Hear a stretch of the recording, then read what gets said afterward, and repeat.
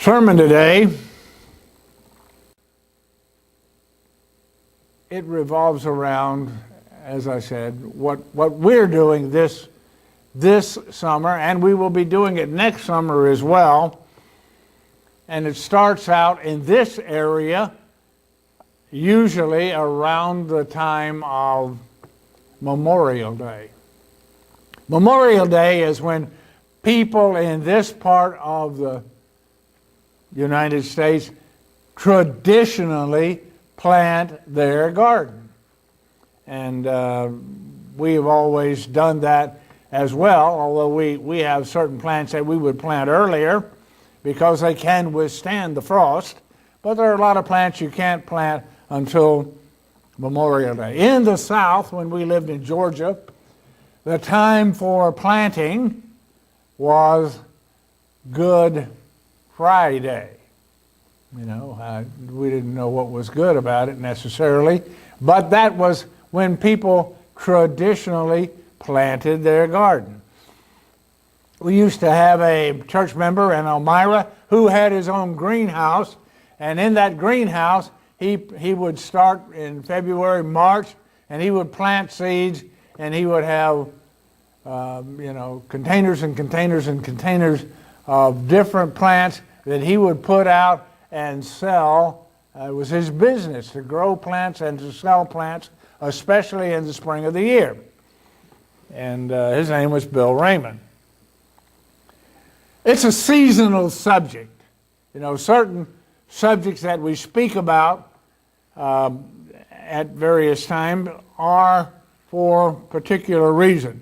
We have Pentecost as a season, and we think about at Pentecost certain seasonal subjects the Bible identifies for us. We count 50 days from the days of unleavened bread, and the 50th day is the day of Pentecost, and the day of Pentecost was a time of harvest because there were two harvests in the land of Palestine.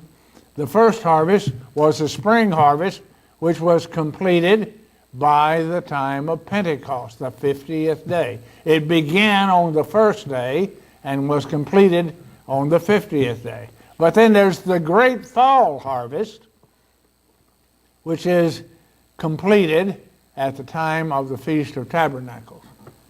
And so when that harvest comes in, it is symbolic of what ultimately God is going to do in His kingdom. There's going to be a time when all of mankind is going to be resurrected from the dead. We talked about death and the last enemy that shall be overcome being death. All of mankind is going to be resurrected from the dead, and there will be a time of learning for all of them. They have not perished. They have the opportunity, and they haven't had the opportunity yet. You know, they have been born, lived, and died without the opportunity to ever know and understand God's truth. And we can go through nations and nations and generations where they never had heard the truth of God in places like China, India, you know, big, huge parts of the population of mankind.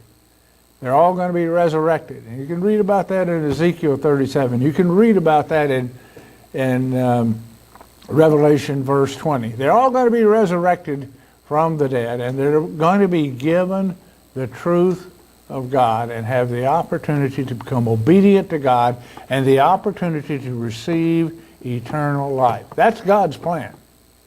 I mean, there's no equivocating about that. That's clear in the Bible, as clear as anything can be. And God has called a few people in the early harvest, the Pentecost harvest, the first harvest, but only a few people, to be important leaders and teachers in His kingdom when those masses of humanity are resurrected. So certain subjects are seasonal. There is a subject that I wanted to talk to you about today, which is the land Sabbath. You know, we talk about the Sabbath. The Sabbath day is a very important command. Exodus chapter 20 tells us all about the Sabbath. There is also, when we get to Leviticus 25, an instruction about the land Sabbath. We'll be looking at that instruction in this sermon, and we will see what the Bible has to say about it.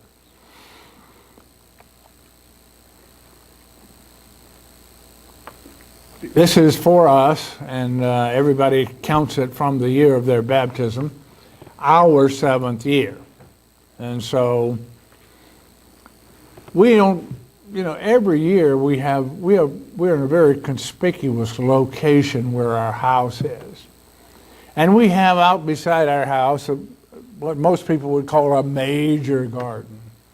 And in that major garden, we have lots of different things, and we prepared the soil very well some 40 years ago, and it continues to bear very fruitfully. And people who come, passers-by, and from time to time, during the summer months when the garden starts to look pretty prolific, people stop and ask about our garden, and they do that. Lately, we haven't planted this year, and people that we're meeting on the street are saying, "What happened to your garden? Where's your garden? Why isn't your garden there this year? We look forward to seeing your garden." People we don't even know are saying this. You know, we met some this past week who asked that question. And then we have a chance to explain to them that in Leviticus 25, you know, that their eyes closed, their ears fold over. But at least we have given them a little bit of information about what the Bible has to say about the land Sabbath. But it isn't just every seventh year. The Bible does say every seventh year you shall let the land have a Sabbath. A Sabbath. You know, the Sabbath command in Exodus chapter 20 is in relationship to the land, also spelled out there. But also on the, can hardly believe it, 50th year. For Hazel and myself, this year's our 49th year. Next year will be our 50th year since we were baptized into God's church. 50 years. 49th year, you practice the land Sabbath. And then, just for good measure, after 49 years, on the 50th year, you do the same thing again. So they won't be seeing our garden again for another year. At least that's our intention at this point. The land Sabbath is at this time, and I used this phrase during the sermonette, a voluntary practice. Only a few people, even in God's church, of the number of people that are in God's church, only a few of them are practicing the land Sabbath today. It's voluntary. We have decided we want to practice it because we feel that there are certain spiritual benefits that come from practicing it, even though it's not required. Voluntary means it is not required, but voluntary also means that if you want to do it, you may. And so we want to do it. It's not prohibited either. It's not required, but it's not prohibited. So we're doing it. And so we want to observe this practice. I'll give you a little bit of information about why I ended up with this subject today. Before the day of Pentecost, I gave a sermonette about the land Sabbath in Elmira. I felt it was totally inadequate because I could not cover the subject in a sermonette. And so I have taken that same subject and I've expanded it out. We won't be able to cover it either, but we'll come a little closer maybe in a sermon than we would have come in a sermonette. So let's look. Here's the purpose of the sermon. Look at the Bible instructions, and we look for God's instruction about everything that we do. We're primitive Christians. We look at the Bible instructions regarding the land Sabbath and answer the question because it brings up a question. If this is in the Bible, why is it we're not practicing it today? And we're going to see it's in the Bible. There's no disputing that it's in the Bible, but the majority of people in God's church are not practicing it today. And we want to answer the question about why it's not required to be kept today in God's church. So let's begin by looking at some of the scriptures in Leviticus chapter 25. Let's read the first 4 verses there. And this comes from the highest source of authority according to what the Bible has to say. The Lord spoke unto Moses. So this is not Moses' ideas or thoughts that he conjured up. These are, according to what it says here, directly from God, from the mouth of God to Moses. The Lord spoke to Moses in Mount Sinai. What happened in Mount Sinai? Well, the 10 Commandments were given to Moses at Mount Sinai. The covenant, the Old Testament covenant, was agreed to between God and the Israelites at Mount Sinai. It set their history for the next few hundred years as a nation. And there at Mount Sinai, God spoke to Moses, saying, verse 2, "Speak to the children of Israel and say to them," this is the Old Testament children of Israel. There is, I would argue with you, a New Testament manifestation of the children of Israel, which are those people whom God has called today. He created an Old Testament group as an example of what he was ultimately really going to do with mankind today. He would have a New Testament group which is typified by the children of Israel. Say to them, when you come into the land, it's an important phrase, we'll be coming back to it. When you come into the land, which I give you, then shall the land keep a Sabbath. Well, every week they were supposed to keep a Sabbath, and that Sabbath was identified emphatically to them by the fact that on 6 days during the week, God gave them manna, the food that they had to eat. They had to go out and collect 6 days a week, but on the 7th day of the week, no manna. No manna. They would have but the opportunity to collect twice as much on the 6th day of the week, we would call Friday, was there. And they better do it or they would be hungry on the 7th day because there wouldn't be any food. The other thing about the Sabbath observance and manna is if they tried to collect more than they needed on the first 5 days of the week and save it over so they didn't have to do it the next day, it didn't work. As it says in the Bible, it stank and bred worms.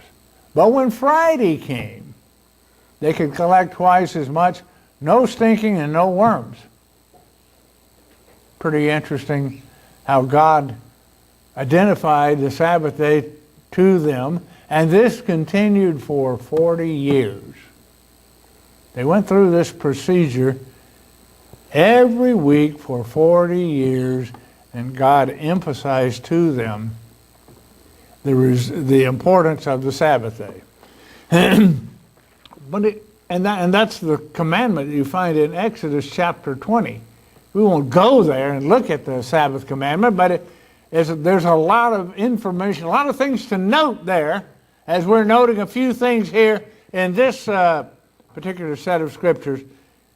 In Exodus chapter 20, it tells a lot. There's a lot of rhetoric about what to do and how to keep the Sabbath. When you get into Deuteronomy, it's not identical with what it says in Exodus. So there's something to think about. Why was the Sabbath a little bit different in Deuteronomy than it was in Exodus chapter 20?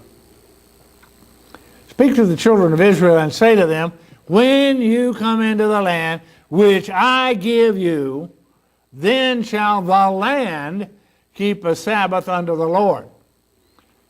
But it's not every week. It's done on a cycle of 7 years. 6 years shall you sow the field, and 6 years shall you prune your vineyard, and gather in the fruit thereof. And that's an important phrase here too. Gather in the fruit thereof. But the seventh year shall be a Sabbath of rest for the land, a Sabbath for the Lord. You shall neither sow your field nor prune your vineyard. And we're going to see that, as God identified in those days the weekly Sabbath by providing manna 6 days during the week and not providing it on the seventh day of the week. So he was doing something similar here by saying you can bring you plant your field, you can bring everything in, prepare it to be used throughout the year, or even for 2 years, or even in our case it's going to be for 3 years. Okay. Identifying also that. This is in Leviticus chapter 25. The book of Leviticus is the first word, which, if you read some commentaries on it, Wyagra, W-Y-A-G-R-A, I believe is the way it's spelled. I might be remembering the spelling incorrectly. And that word in Hebrew is translated, means, and God called. So the book of Leviticus is written to those whom God called. Those people whom God called. Now those people in the Old Testament were not called. They weren't called. They were physically a part of a nation, descendants of Abraham, Isaac, Jacob, and the tribes of Israel. But they weren't called. Calling is a spiritual thing which comes later. A couple of thousand years later. And it's what you're doing here now. God called you here. God called, and the name of the book, therefore, was translated into Leviticus. When was the book of Leviticus given to the Israelites? Well, it was given to them early in the period after they left Egypt. Early in the Exodus. At Mount Sinai, after they crossed the Red Sea, they went to Mount Sinai. God gave them the Ten Commandments, made the covenant with them, and so that was right after the time that they had left Egypt. Commandments were given there. In Leviticus, you start going through the book of Leviticus, and you get to Leviticus chapter 23. in Leviticus chapter 23 are the occasions, but God identified his holy occasions from the book of Genesis long before there was an ancient nation of Israel. He framed the heavens, it says there, in a certain way to define the moeds. And so the moeds are God's holy occasions. That's the way to translate the moeds. You'll find it, I think it's Genesis 1:26. It says, God put two lights in the heavens, the sun and the moon, to define the moeds. And so the holy occasions are listed. It starts out in Leviticus chapter 23. God spoke to Moses and he said, speak to the children of Israel, these are my moeds. Well, it doesn't necessarily come through that clearly in the translation. It says my feast, yes, and it talks about the weekly Sabbath as the first one of those occasions. But then it goes through sequentially every one of the subsequent occasions that God expects for us to keep, all in one place, one chapter in the Bible. There's a lot more information about them in addition to what's there, but in that one chapter, they all are listed and when they are. What to keep, and to a certain degree, how to keep them. So that's what happens in Leviticus 23. I'm sort of building up here to Leviticus 25 because Leviticus 25 is what we're talking about. Leviticus 23, holy occasions. Leviticus 24 contains some observances having to do with the tabernacle and the sin of blasphemy. But then follows that Leviticus 25. And a large part of the context in Leviticus 25 is the land Sabbath.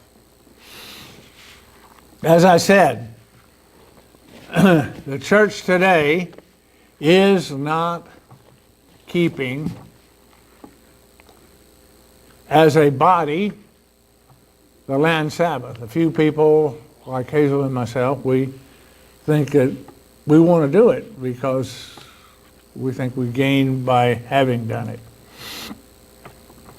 And this was based on a judgment given by Mr. Herbert Armstrong, I don't know, probably back in the 1940s. I don't know the chronology of it that well, but I know it was some long time before we came into the church that the land Sabbath was not being kept as an element in the doctrines of the church. And here's what Mr. Armstrong had said about it sometime prior to that. Looking at Matthew chapter 7 and verse 20, I don't know that he used this scripture, but I will. There it says, by their fruits shall you know them. So, this is about false prophets, but it's a principle, isn't it? That by the fruits that we observe, we will know certain things.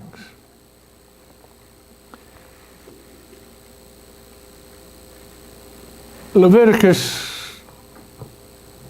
25, verses 19 through 22. This is what God had said about keeping the land Sabbath. The land shall yield her fruit, talking about during the normal years of planting. You shall eat your fill and dwell therein in safety. And then if you get nervous, it says, essentially that's what it says, if you shall say, what are we going to eat in the seventh year? You said don't plant the land, let the land have its own Sabbath and rest. But what am I going to eat then? I mean, I need to eat. And so this was a question. This was a valid, physical, tangible question that would come up for every one of us, I am sure. What shall we eat in the 7th year? Behold, we didn't plant, we shall not sow, nor gather in our increase. That's what you told us. What am I going to do about that?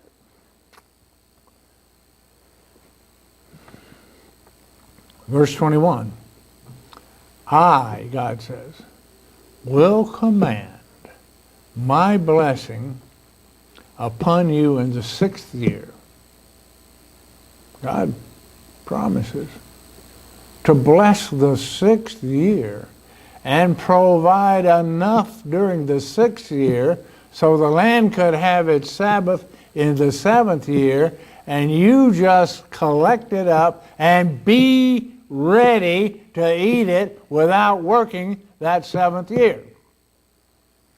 I command my blessing upon you in the 6th year, and it shall, and this is a little bit further down in Leviticus 23, because it's even talking about the Jubilee year. It shall bring forth fruit for 3 years. So that's where Hazel and I are. We're sitting here. So far, we don't look like we've starved to death, but we're on the way. This is the first year. By the time we get to 3 years, maybe we're going to look pretty svelte. I will command my blessing upon you in the 6th year, and it shall bring forth fruit for 3 years. And you shall sow the 8th year. So you don't plant the 6th year, you don't plant the 7th year, you can plant the 8th year, but the harvest from the 8th year, almost into the 9th year. 3 years, you don't have fruit from the earth. You shall eat of old fruit until the 9th year. Until her fruits come in, you shall eat of the old store. Well, retreating here in this message to what we said in Matthew chapter 7 and verse 20, by their fruits you shall know them. Mr. Armstrong looked, and God was not providing those blessings to the farmers in the church during the 6th year for the 7th year, let alone for the 49th and 50th year.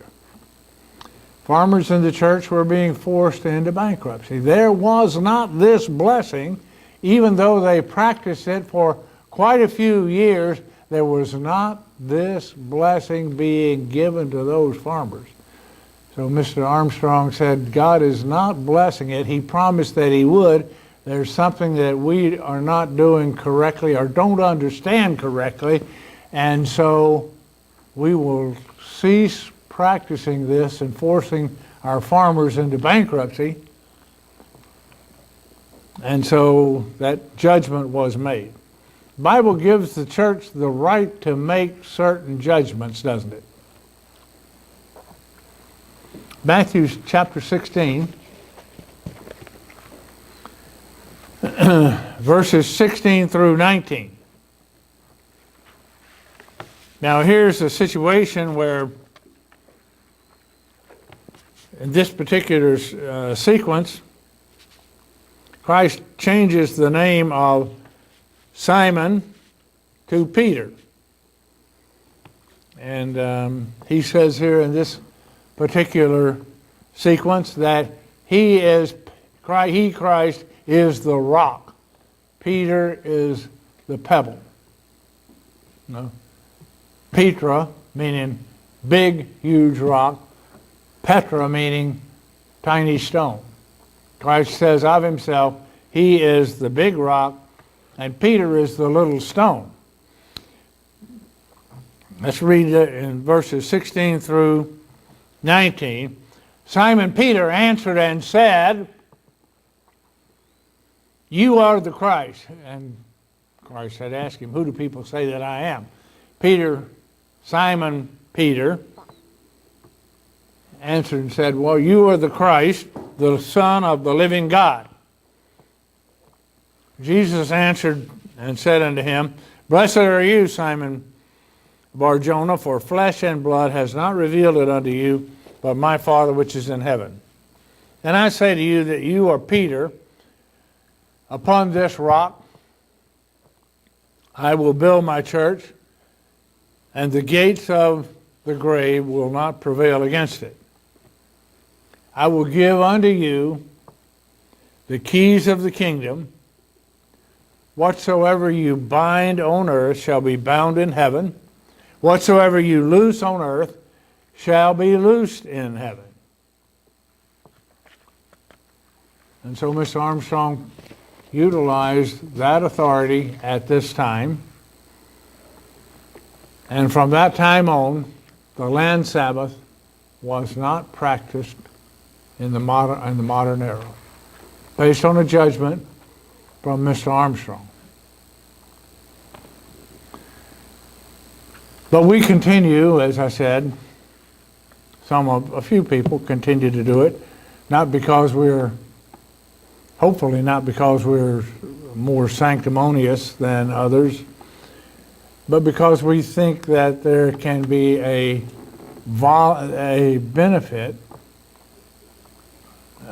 involved in doing it. We don't want to be righteous over much, and so we hope we're not doing that, but we still want to do it because we look for a spiritual benefit in having done it, even though it's not required. We know it's not required. We don't think it's forbidden either. Here's the risk, being righteous over much, and there's an example given here in Luke chapter 18, verses 10 through 13. Two men went up into the temple to pray, the one a Pharisee, the other a publican. The Pharisee stood and prayed thus with himself, God, I thank you that I am not as other men, extortioners, unjust, they're adulterers, or even as this publican. I fast 2 times in the week. You know, I practice a land Sabbath. Everybody else doesn't do that. I thank you I'm not like they are. That would be kind of a risk that we could put ourselves into in practicing this. We could feel like we're somehow better. And we don't think that.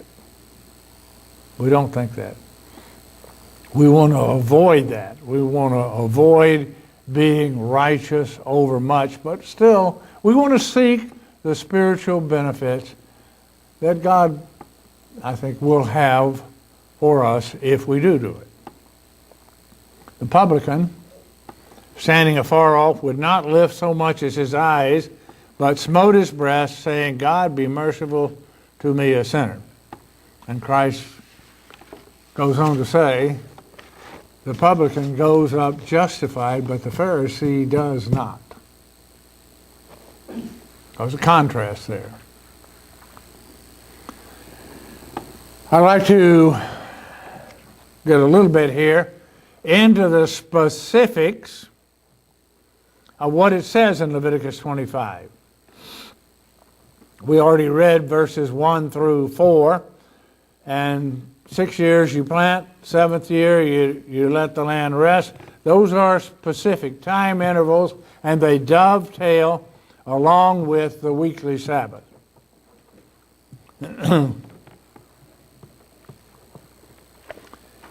But I'd like you to notice something here too. What is it talking about that you do and don't do? The 7th year shall be a Sabbath of rest of the land. You shall neither sow the field nor prune the vineyard. Two specific things.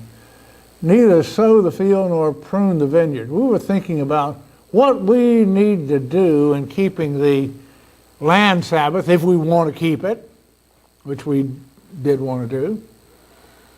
What about the thing that's MIA, missing in action?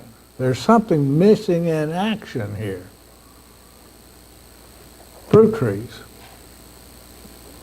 You can sow he said, don't sow the field. Don't prune the vineyard. What else? Well, we have quite a few fruit trees in our yard. And I was kind of searching to find out what the Bible had to say about the land Sabbath and the fruit trees. And I had done this in years gone by, but I had to go back and search it out again. Sometimes things sort of slip through the bucket. The bucket has a hole in it, you know, and you might carry things around in it for a while, but even if it's a slow leak, eventually the bucket becomes empty. So I had forgotten about the things which have to do about fruit trees. We've got 5 apple trees, and they're sizable apple trees. We've got 5 peach trees, and 2 of them are really sizable for peach trees. And we have a couple of pear trees. And in past years, the last 2 or 3 years, we've had hardly any fruit on those trees. This year, the blossoms on those trees were absolutely phenomenal.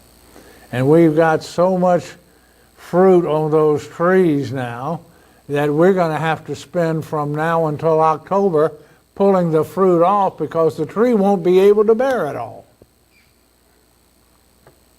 It doesn't address, it says, don't plant the field and don't prune your vineyard.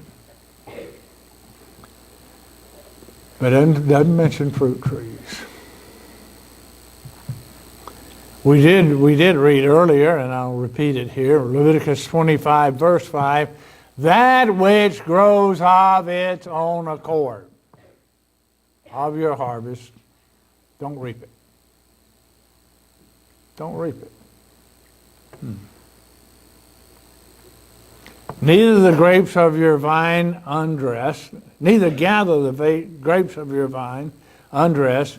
It is a year of rest unto the Lord.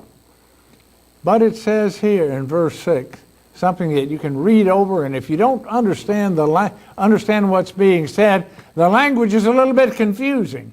It says, the Sabbath of the land shall be meat for you. It says, don't sow it, don't reap it, don't prune your vineyards, but it says the Sabbath of the land shall be meat for you. Now what's the distinction there? There's a distinction. There's reaping and there's gathering, and then there is that which grows of itself shall be meat for you. You can eat it. That's what it's saying. It's just saying you don't go out there, harvest it, bring it in, and make pickles for the next 3 years in your kitchen because it came up of itself. You can eat it as it grows, but that's it. You let the rest of it. It's meat for you. You can eat it. But you can't gather it in. You can't turn your grapes into wine that you're going to drink for the next 3 years. That which you eat or drink at that time, it is meat for you. But it goes on to say, for you and for your servant. You have people that work with you or work for you, and we have a friend that comes, really a friend, wouldn't call him a servant, but we do pay him to come and work around our house. He's entitled to take anything that grows as a volunteer himself. Your servant, for your maid, I guess manservant or maidservant, for your hired servant, for the stranger that sojourns with you, it is meat for all of those people. Whatever the field volunteers, you may not plant it, but if it comes up, volunteers, then you may eat it. And we have this, as I said, one patch about this big around where 100 plants have come up, and we don't know what it is. It looks like it could be a squash or a cucumber. And we're going to have to wait and see as it develops what it actually is. But that should be for us meat. You know, we can eat that, but we can't harvest it and save it in that way. Sabbath of the land shall be meat for you, the servant, your maid, your hired servant, for the stranger that sojourns with you. Verse 7, for your cattle. Well, we don't have any of those, so we don't have to worry about that. For the beasts that are in the land. And we've been fighting the deer off for the last 6 years, trying to keep them out of the garden. And now it says, you let the deer come in there and eat this. It's meat for the deer as well as for you. The beasts that are in the land. Shall all your increase be thereof be meat. Dick Close had the nerve to ask me when I read this in Elmira if that included woodchucks. And of course, he knows that one year, probably 10 years ago now at least, Hazel says 20, I shot in a year's time, I shot 100, just over a year's time, I shot, well, they weren't all shot, but I exterminated 100 woodchucks in our yard.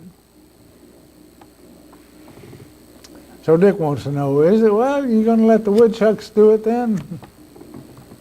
So our former friendship has been terminated.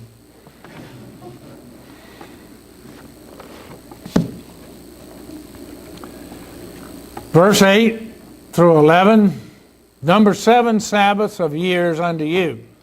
7 Sabbaths of years, that's 7 times 7 years, 49 years. 7 times 7, in the space of 7 Sabbaths of years, shall to you be 49 years. Verse 9, then you blow the trumpet of the Jubilee to sound on the 10th day of the 7th month, in the day of atonement, sound the trumpet. And hallow the 50th year, and proclaim liberty throughout all the land unto all the inhabitants thereof. It shall be a jubilee unto you, and you shall return every man to his possession, and you shall return every man to his family. A jubilee shall that 50th year be unto you. You shall not sow nor reap that which grows of itself in it, nor gather the grapes in of your vine undressed. What about trees? I kind of didn't answer the question about trees.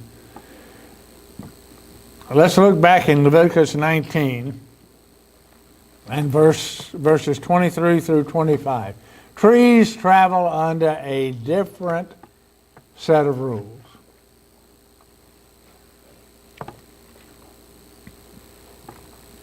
When you shall come into the land. There's that phrase again.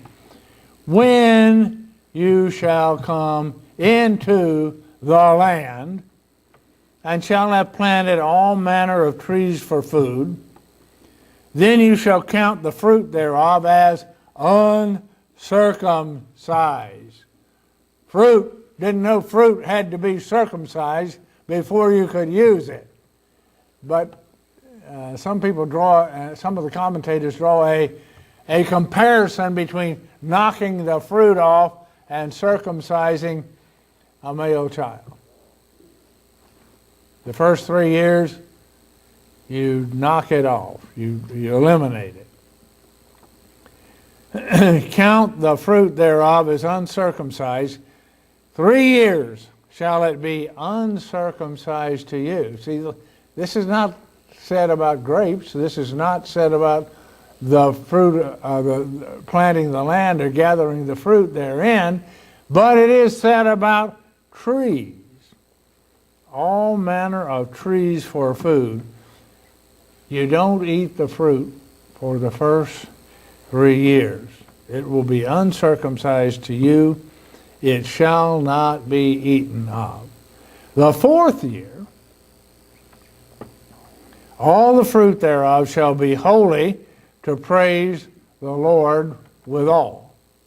The 4th year, it's holy. I don't know what that means. I didn't research it, but I have a feeling it means in the 4th year, you take that, you harvest that fruit and you take it to the temple and give it to the Levitical priesthood there in the temple.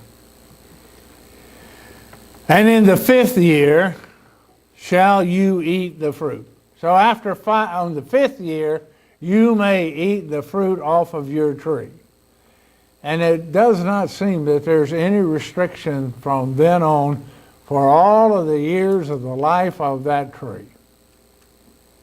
So once you've gone past the 4th year, it's unrestricted, as far as I can see. Trees, therefore, I would conclude, might be eaten and gathered in during the years of the land Sabbath.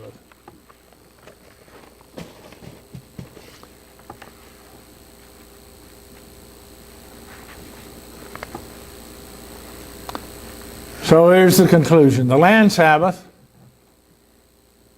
typically planted for 6 years, the 7th year it's to have its rest.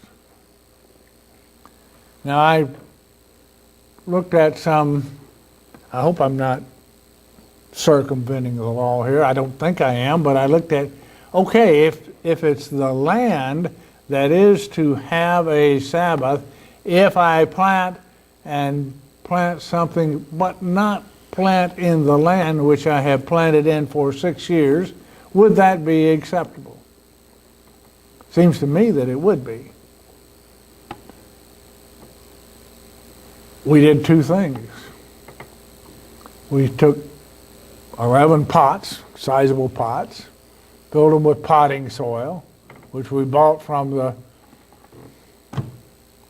feed and potting soil store, brought them in, and we planted I think we planted 4 tomato plants, 2 cabbage plants, and probably 6 or 7 pepper plants, or maybe even a few more than that, because you can put, in one pot I put 6 pepper plants.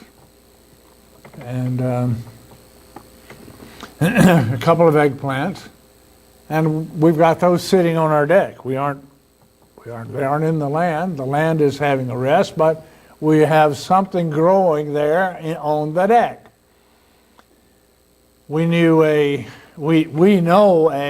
more than know we, especially Hazel, is related to a cousin in South Georgia. We visited maybe 5-6 years ago, and he had planted his tomatoes in straw.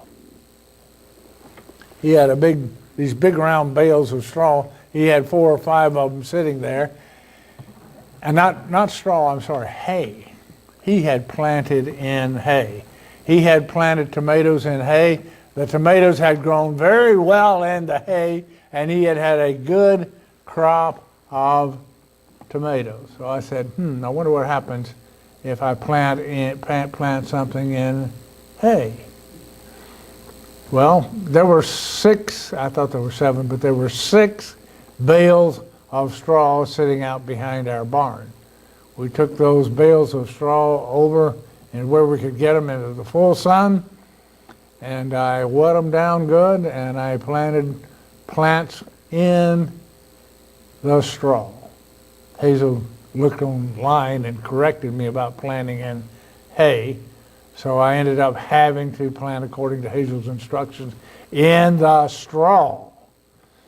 And so now we are waiting to see if those plants will grow in the straw. And so I was out there. It isn't the easiest thing in the world to dig holes in a compressed bale of straw so that you can plant the root of the plant down in the straw, and I put a little potting soil to fill the hole up, and I did it with a kitchen knife, and I was getting really tired of doing that by the time I got those 6 bales of straw planted. And so as I was doing it, a volunteer came by. His name was Jackson, and he had volunteered to fertilize the lawn in our yard. And he had a spreader, and he comes pushing that spreader by me. He stops and looks at me. He said, he saw that I was planting stuff in the straw. He said, "I didn't think you did that this year." So I said, "Well, it says we let the land have its Sabbath, but I'm not planting in the land. I'm planting in this bale of straw. And so if I don't plant in the land and the land has its Sabbath, would that be okay?" Got a little bit of a thoughtful look for a minute, and he says, "Seems reasonable to me." So we'll find out how that works out.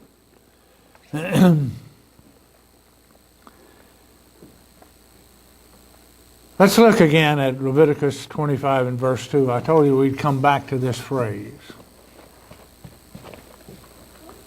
"Speak to the children of Israel and say to them," it's a when then.